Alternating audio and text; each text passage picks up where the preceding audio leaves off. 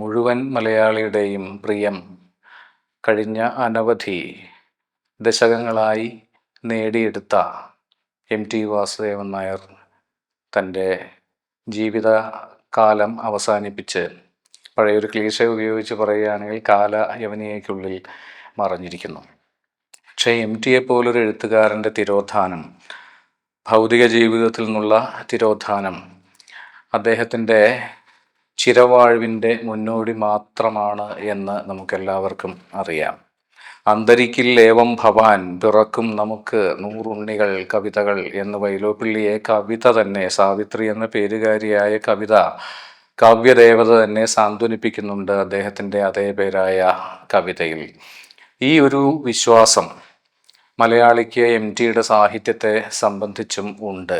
7 ദശാബ്ദങ്ങളിൽ നിറഞ്ഞു നിന്ന ആ സർഗചൈതന്യം ഇനിയും ഒരു നൂറ്റാണ്ട് കാലത്തോളം, അല്ലെങ്കിൽ വരും നൂറ്റാണ്ടുകളിൽ, വരും പതിറ്റാണ്ടുകളിൽ അസ്തമിക്കാത്തൊരു ചൈതന്യമായി മലയാളിയോടൊപ്പം ഉണ്ടാകും എന്ന കാര്യത്തിൽ എം.ടിയുടെ ആരാധകർക്കോ വായനക്കാർക്കോ സംശയമേതും ഇല്ല.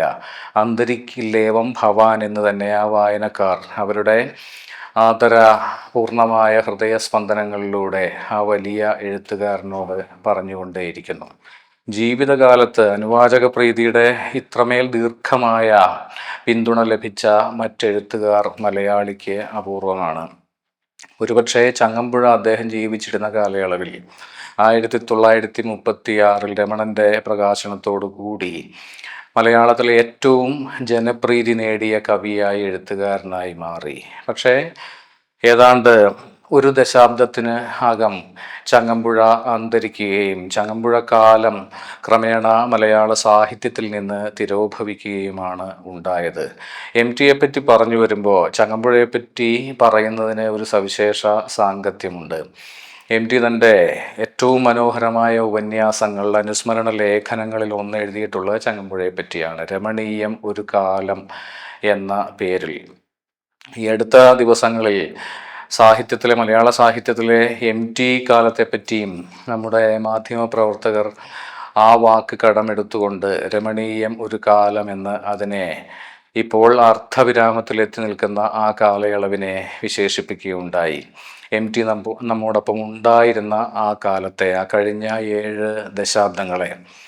രമണീയം ഒരു കാലം എന്നത് ഞാൻ ആദ്യം സൂചിപ്പിച്ചതുപോലെ എം.ടിയുടെ ഏറ്റവും മനോഹരമായ ഗദ്യാവിഷ്കാരങ്ങളിൽ ഒന്നാണ്.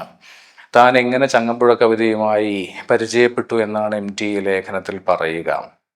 അക്കാലത്ത് രമണ തരംഗം എന്ന പേരിലും ഇതേ ഉപന്യാസം പ്രസിദ്ധീകരിച്ച് കണ്ടിട്ടുണ്ട്.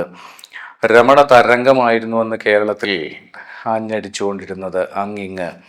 ആ തരംഗം എം.ടിയുടെ ഗ്രാമമായ കൂടല്ലൂരിലും എത്തി. പക്ഷേ പുസ്തക ലഭ്യത വളരെ കുറവായിരുന്ന 20ാം നൂറ്റാണ്ടിൻ്റെ 3ാം ദശകമാണ് കാലം. അന്ന് എം.ടി 1933 ജനിച്ച എം.ടി തീരെ ചെറിയ കുട്ടിയുമായിരുന്നു. എം.ടിയുടെ ജ്യേഷ്ഠൻ തൃശ്ശൂരിൽ ഒരു വീട്ടിൽ ചങ്ങമ്പുഴയുടെ രമണൻ്റെ ഒരു പകർപ്പെന്ന് പറഞ്ഞാൽ മറ്റൊരു കോപ്പിയല്ല പുസ്തകത്തിൻ്റെ, അവർ പകർത്തി എഴുതി വച്ച ഒരു പകർപ്പ്, കയ്യെഴുത്ത് പകർപ്പ് ഉണ്ടെന്ന് കേട്ട് അവിടെ പോയി കടം വാങ്ങിക്കൊണ്ടുവന്ന്, ഒരു രാത്രിയും പകലും മാത്രമേ അനുവദിക്കപ്പെട്ടിട്ടുള്ളൂ, ഇത് കൈവശം വയ്ക്കാനുള്ള അനുമതിയുള്ളൂ. ആ കുറഞ്ഞ സമയം കൊണ്ട് രമണൻ പകർത്തിയെടുത്ത് വായിച്ച് ഹൃദിസ്ഥമാക്കിയതിനെ പറ്റിയാണ് എം.ടി പറയുക. ആ ലേഖനത്തിൽ വളരെ ശ്രദ്ധേയമായൊരു വാക്യമുണ്ട്.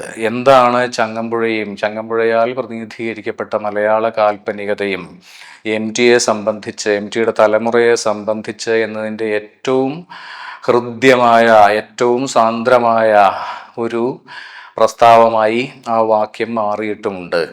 ചങ്ങമ്പുഴ ഞങ്ങൾക്ക് ഒരു ഓടക്കുഴൽ തന്നു എന്നാണ് എം.ടി പറയുക. ഏറ്റവും ആലങ്കാരികമായ, ഏറ്റവും കാവ്യാത്മകമായ ഗദ്യത്തിൽ അത് കാൽപ്പനികതയുടെ ഓടക്കുഴലായിരുന്നു എന്നും, ആ കവിതയുടെ ഓടക്കുഴൽ അതിൻ്റെ ഗദ്യസുഷിരങ്ങളിലൂടെ അതേ നാദം കേൾപ്പിക്കാനാണ് എം.ടി തൻ്റെ ഗദ്യകലയിലൂടെ, ആഖ്യാന കലയിലൂടെ ശ്രമിച്ചത് എന്നും നമുക്കറിയാം. ഇത്തരത്തിൽ എം.ടിയുടെ കവിയായി തീരാൻ ആഗ്രഹിച്ച എഴുത്തുകാരനായിരുന്നു എം.ടി. ചെറുപ്പകാലത്ത് എം.ടി എല്ലാം എഴുതിയിട്ടുണ്ട്. ലേഖനങ്ങളും ശാസ്ത്ര ലേഖനങ്ങളും രത്നങ്ങളെക്കുറിച്ചുള്ള ഒരു ലേഖനമാണ്. രത്നങ്ങൾ ഖനനം ചെയ്തെടുക്കുന്നതിനെ പറ്റിയുള്ള ഒരു ലേഖനമാണ്. അവയെ ചെത്തി മിനുക്കിയെടുക്കുന്നതിനെ പറ്റിയുള്ള ഒരു ലേഖനമാണ് താൻ ആദ്യമായി എഴുതിയതെന്ന് MT പറയുന്നുണ്ട്. പിൽക്കാലത്ത് അദ്ദേഹം എഴുത്തിലെ ലാപ്പിഡേറിയൻ രത്നശില്പിയായി മാറി എന്നും നമുക്കറിയാം. കവിയായില്ല, പക്ഷേ കാവ്യാത്മക ഗദ്യം കൊണ്ട് മലയാളിയെ വശീകരിച്ചുകൊണ്ടേയിരിക്കുന്ന എഴുത്തുകാരനായി MT മാറി എന്നും നമുക്ക് അറിയാം. ഇത്തരത്തിൽ ഈ 1996 ജ്ഞാനപീഠ ലബ്ധിയോടനുബന്ധിച്ചായിരിക്കണം MN കാരശ്ശേരി മാഷുമായി നടത്തിയ ഒരു സംഭാഷണത്തിൽ MTയോട് ചോദ്യം ചോദിക്കുന്നുണ്ട് കാരശ്ശേരി മാഷ്. അടുത്തൊരു ജന്മം ഉണ്ടെന്നിരിക്കട്ടെ, ആരായി ജനിക്കാനാണ് അങ്ങേക്ക് ഇഷ്ടം എന്ന ചോദ്യത്തിന് നിസ്സംശയമായി MT കൊടുക്കുന്ന മറുപടി ഒരു എഴുത്തുകാരനായി അപ്രാവശ്യമെങ്കിലും അത്തവണയെങ്കിലും എന്നാണ് MT പറയുക. ജീവിതത്തിന് 2ാം തവണയാണല്ലോ മറ്റൊരു ജന്മം, അത്തവണയെങ്കിലും എനിക്ക് കവിയാകണം എന്നാണ് MT പറയുക. എഴുത്തുകാരനായാൽ മാത്രം പോരാ, കവി തന്നെയായി ജനിക്കണം, ഇനിയും ഒരു ജന്മം ഉണ്ടെങ്കിൽ എന്ന് ആഗ്രഹിച്ച ആ എഴുത്തുകാരൻ്റെ അദ്ദേഹത്തിന് ഗദ്യത്തിൽ, ആഖ്യാന ഗദ്യത്തിലും ലേഖന ഗദ്യത്തിലും സാക്ഷാത്കരിക്കാനായ കാവ്യാത്മകതയെ പറ്റിയാണ് നമ്മൾ പറഞ്ഞു വരുന്നത്. ലേഖനങ്ങളെപ്പറ്റി തന്നെ പറഞ്ഞുകൊണ്ട് തുടങ്ങുകയാണെങ്കിൽ MTയുടെ തത്തുല്യമായ അനുവാചക പ്രീതി ആർജിച്ച മറ്റൊരു ഉപന്യാസമുണ്ട്. ഉപന്യാസം എന്ന വാക്കാണ് ഞാൻ ഉപയോഗിക്കാൻ ഇഷ്ടപ്പെടുന്നത്. കേവലം ലേഖനങ്ങളല്ല അവ, വിജ്ഞാനപ്രദമോ പഠനാത്മകമോ അപഗ്രഥനാത്മകമായ ലേഖനങ്ങളല്ല, മറിച്ച് ഉപന്യാസങ്ങളാണ്. ആത്മനിഷ്ഠമായ ഗദ്യാവിഷ്കാരങ്ങളാണ് MTയുടെ ലേഖനങ്ങൾ എന്ന് നമ്മൾ പറഞ്ഞു വരുന്ന ഗദ്യ രചനകൾ, കഥേതര നോവലിതര രചനകൾ. അക്കൂട്ടത്തിൽ രമണീയം ഒരു കാലം കഴിഞ്ഞാൽ വ്യക്തിപരമായി എനിക്ക് ഏറ്റവും പ്രിയപ്പെട്ട ഒന്ന് കണ്ണാന്തളിപ്പൂക്കളുടെ കാലമാണ്. രണ്ടിൻ്റെയും തലക്കെട്ടുകൾക്ക് തന്നെ സമാനമായൊരു ഘടനയുണ്ട്. കണ്ണാന്തളിപ്പൂക്കളിൽ മലയാളിയുടെ ഭൂതകാലത്തെപ്പറ്റി, തൻ്റെ കുട്ടിക്കാലത്തെ ഓണത്തെപ്പറ്റി, തൻ്റെ കുട്ടിക്കാലത്തെ നാട്ടിൻപുറത്തെപ്പറ്റി, അവിടുത്തെ കണ്ണാന്തളിപ്പൂക്കളെ പറ്റിയാണ് MT പറയുക. ഈ കണ്ണാന്തളിപ്പൂക്കളെ സവിശേഷമായി തൻ്റെ ദരിദ്രമായ പ്രാരബ്ധങ്ങൾ നിറഞ്ഞ, അത്രയൊന്നും സുഭിക്ഷമല്ലാതിരുന്ന കുട്ടിക്കാലത്തെ ബന്ധിപ്പിക്കുന്ന ഒരു സന്ദർഭമുണ്ട് MT. ഓണക്കാലത്താണ് കണ്ണാന്തളിപ്പൂക്കൾ വിരിയുക. അപ്പോഴാണ് പുന്നെല്ല് കൊയ്തെടുത്ത് പുത്തരി കൊണ്ട് വീടുകളിൽ സുഭിക്ഷത, MTയുടെ വീട്ടിലും സുഭിക്ഷത, താൽക്കാലികമായ സുഭിക്ഷത ഉണ്ടാവുക. ആ സുഭിക്ഷതയുടെ താൽക്കാലിക സുഖത്തെ, അതിനായുള്ള കാത്തിരിപ്പിനെ, വിശന്നുകൊണ്ടുള്ള കാത്തിരിപ്പിനെ, പട്ടിണിയുടെ ദിനരാത്രങ്ങളിലൂടെയുള്ള കാത്തിരിപ്പിനെ മുൻനിർത്തി MT പറയും, കണ്ണാന്തളിപ്പൂക്കൾക്ക് പുന്നല്ലരിയുടെ ചോറിൻ്റെ നിറവും ഗന്ധവുമായിരുന്നു. അങ്ങനെ സൗന്ദര്യത്തെ, പൂക്കളുടെ സൗന്ദര്യത്തെ, ഓണപ്പൂക്കളുടെ സൗന്ദര്യത്തെ വിശപ്പിൻ്റെ യാഥാർത്ഥ്യവുമായി ബന്ധിക്കുന്ന മലയാളത്തിലെ ഒരുപക്ഷെ അനന്യമെന്ന് പറയാവുന്ന ഒരു ഉപന്യാസമാകുന്നു MTയുടെ കണ്ണാന്തളിപ്പൂക്കളുടെ കാലം. ഇനി MTയുടെ കഥകളിലേക്കും നോവലുകളിലേക്കും വന്നാൽ, കാവ്യാത്മക ഗദ്യത്തിൻ്റെ മികച്ച ചില മാതൃകകൾ, അനന്യ മാതൃകകൾ കൊണ്ട് സമൃദ്ധമാണ് ആ രചനാ ലോകമെന്ന് നമുക്ക് കാണാൻ കഴിയും. അക്കൂട്ടത്തിൽ മഞ്ഞിനാണ് കാവ്യാത്മകതയുടെ പേരിൽ നിരൂപക പ്രശംസ, അനുവാചക പ്രശംസ ഏറെ ലഭിച്ചിട്ടുള്ളതെങ്കിലും MTയുടെ മറ്റ് നോവലുകളിലും, ഒരുപക്ഷെ 2ാം ഊഴം പോലെ ഒരു നോവൽ ഇതിഹാസ ഗദ്യത്തിൻ്റെ കാൽപ്പനിക ചാരുത കൊണ്ട് അനുഗ്രഹീതമാണ് അതിൻ്റെ ഓരോ താളിലും.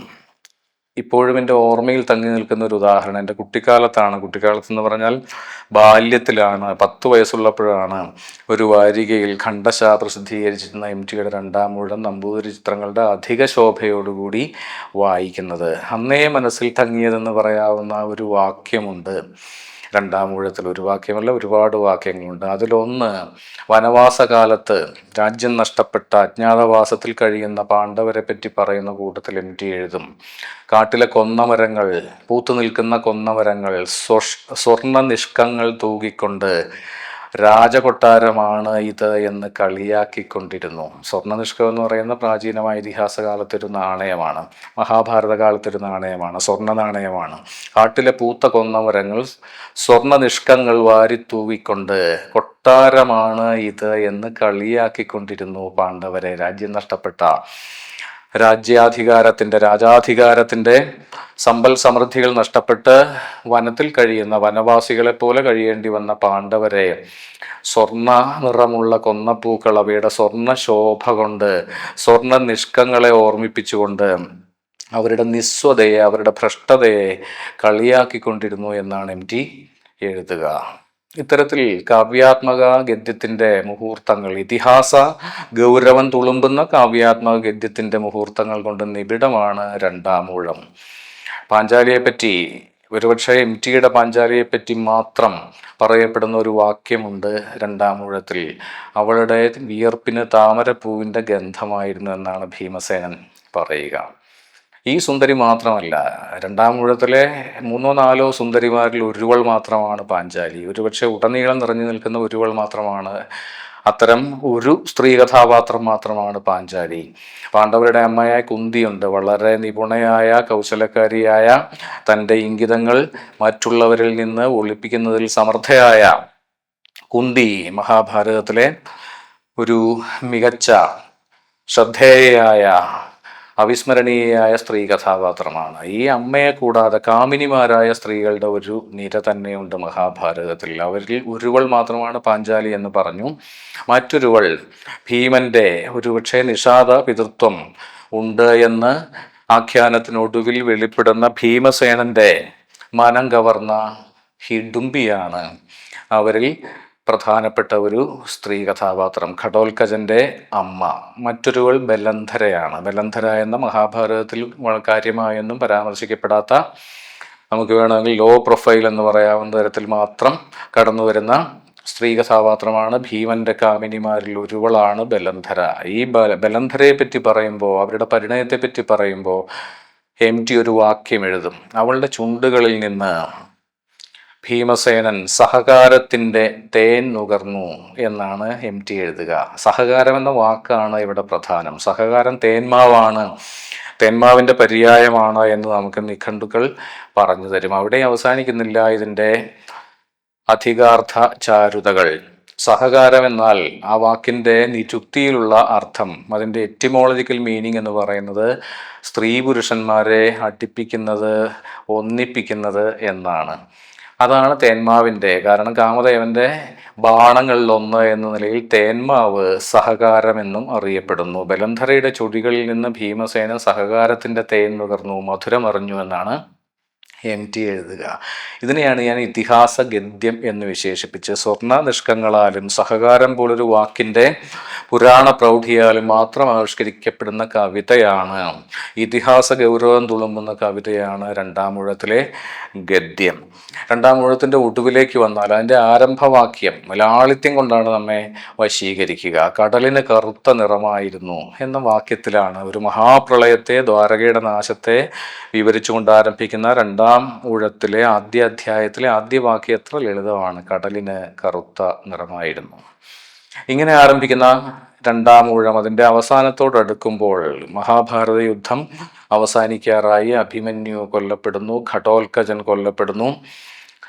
ഘടോൽക്കജൻ കൊല്ലപ്പെട്ട രാത്രിയെപ്പറ്റി, ആ രാത്രിയിൽ കുരുക്ഷേത്ര യുദ്ധഭൂമിയിൽ കട്ടപിടിച്ച ഇരുട്ടുപോലെ, ഒരു ഇരുൾ കൂന പോലെ, ഇരുട്ടിൻ്റെ ഒരു പർവ്വതം പോലെ തൻ്റെ മാറിൽ തറച്ച ആയസപ്പിടിയുമായി, ആയസപ്പിടിയുള്ള ആയുധം തൻ്റെ മാറിൽ തറച്ച് കയറിയ നിലയിൽ മരിച്ചു കിടന്ന ഘടോൽക്കജന്റെ ശരീരം നിലാവിൽ കാണുന്ന ഭീമസേനന്റെ ഒരു കാഴ്ചയുണ്ട്. വരവധൂ മന്ദസ്മിതം പോലെ, ഹരവൃഷഭം പോലെ കുരുക്ഷേത്ര ഭൂമിയിൽ മേഞ്ഞു നടക്കുന്ന നിലാവ് എന്നാണ് ഈ സന്ദർഭത്തിൽ എം ടി എഴുതുക.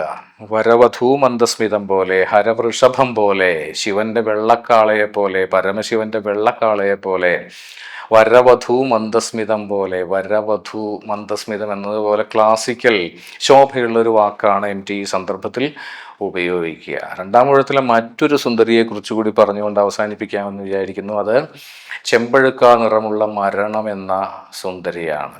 ഈ ചെമ്പഴുക്ക നിറമുള്ള സുന്ദരിയുടെ അദൃശ്യ സാന്നിധ്യം കുരുക്ഷേത്ര യുദ്ധം നടക്കുന്ന രണ്ടാമൂഴത്തിലെ അവസാന അധ്യായങ്ങളിലെല്ലാം നിറഞ്ഞു നിൽക്കുന്നു. ഘടോൽക്കജന്റെ മരണാവസരത്തിലും അഭിമന്യുവിൻ്റെ മരണസന്ദർഭത്തിലുമെല്ലാം അവൾ അദൃശ്യയായി മറഞ്ഞു നിന്ന് പുഞ്ചിരിക്കുന്നത് ഭീമസേനൻ കാണുന്നുണ്ട്. ഇതൊന്നുമല്ല ഞാൻ പറഞ്ഞു വരുന്നത്. യുദ്ധം ജയിച്ചു പാണ്ഡവർ. ഇനി അടുത്തതായി നടക്കേണ്ടത് പാണ്ഡവ ജ്യേഷ്ഠനായ ധർമ്മപുത്രരുടെ യുധിഷ്ഠിരന്റെ കിരീടധാരണമാണ്. അതിന് തൊട്ടടുത്ത ദിവസങ്ങളിൽ ആരാകണം രാജാവ് എന്നതിനെക്കുറിച്ച് ചില ആലോചനകൾ നടന്നിരുന്നു പാണ്ഡവരുടെ ഇടയിൽ. അത് ഭീമസേനാകണമെന്നായിരുന്നു പല സഹോദരങ്ങളുടെയും. ഭീമസേനന്റെ സഹോദരന്മാരായ അർജുനെ പോലുള്ള, സഹദേവനെ പോലുള്ള, നകുലനെ പോലുള്ളവരുടെ എല്ലാ അഭിപ്രായം ഭീമസേനനാണ് ഈ യുദ്ധവിജയത്തിന്റെ പ്രധാന കാരണക്കാരൻ, അതുകൊണ്ട് ഭീമനാകണം അടുത്ത രാജാവ് എന്നായിരുന്നു. പക്ഷേ അതിനിടയിൽ നടന്ന ചില ചരടുവലികളുടെ ഫലമായി അതിൽ കുന്തിക്ക് പ്രധാനപ്പെട്ട ഒരു പങ്ക് ഉണ്ട്, വിതുരർക്ക് പ്രധാനപ്പെട്ട ഒരു പങ്ക് ഉണ്ട്. കാരണം വിതുരരുടെ പുത്രനായിരുന്നു യുധിഷ്ഠിരൻ എന്നെല്ലാം MT സൂചിപ്പിക്കുന്നുണ്ട്.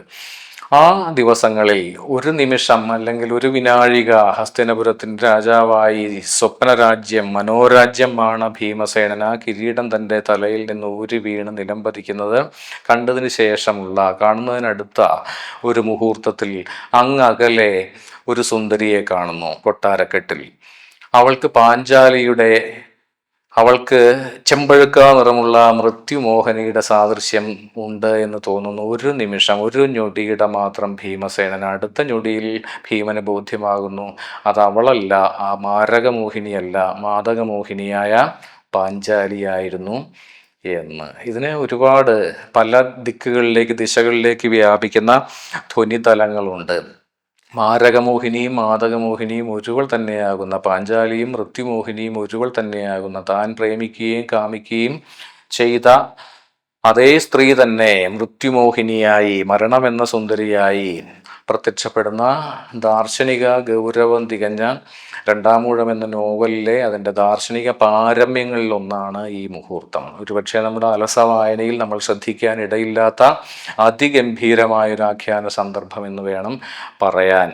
ചെമ്പഴുക്ക നിറമുള്ള സുന്ദരിയായി പാഞ്ചാലി തെറ്റിദ്ധരിക്കപ്പെടുന്ന, ഭീമസേനാൽ തെറ്റിദ്ധരിക്കപ്പെടുന്ന ആ മുഹൂർത്തം. ഇതേ അധ്യായത്തിൽ വളരെ മനോഹരമായൊരു പ്രയോഗമുണ്ട്. അസ്തമയം കണ്ട നീലത്താമരയുടെ നിശബ്ദതയായിരുന്നു അന്നേരം പാഞ്ചാലിയുടെ മുഖത്ത് എന്ന്.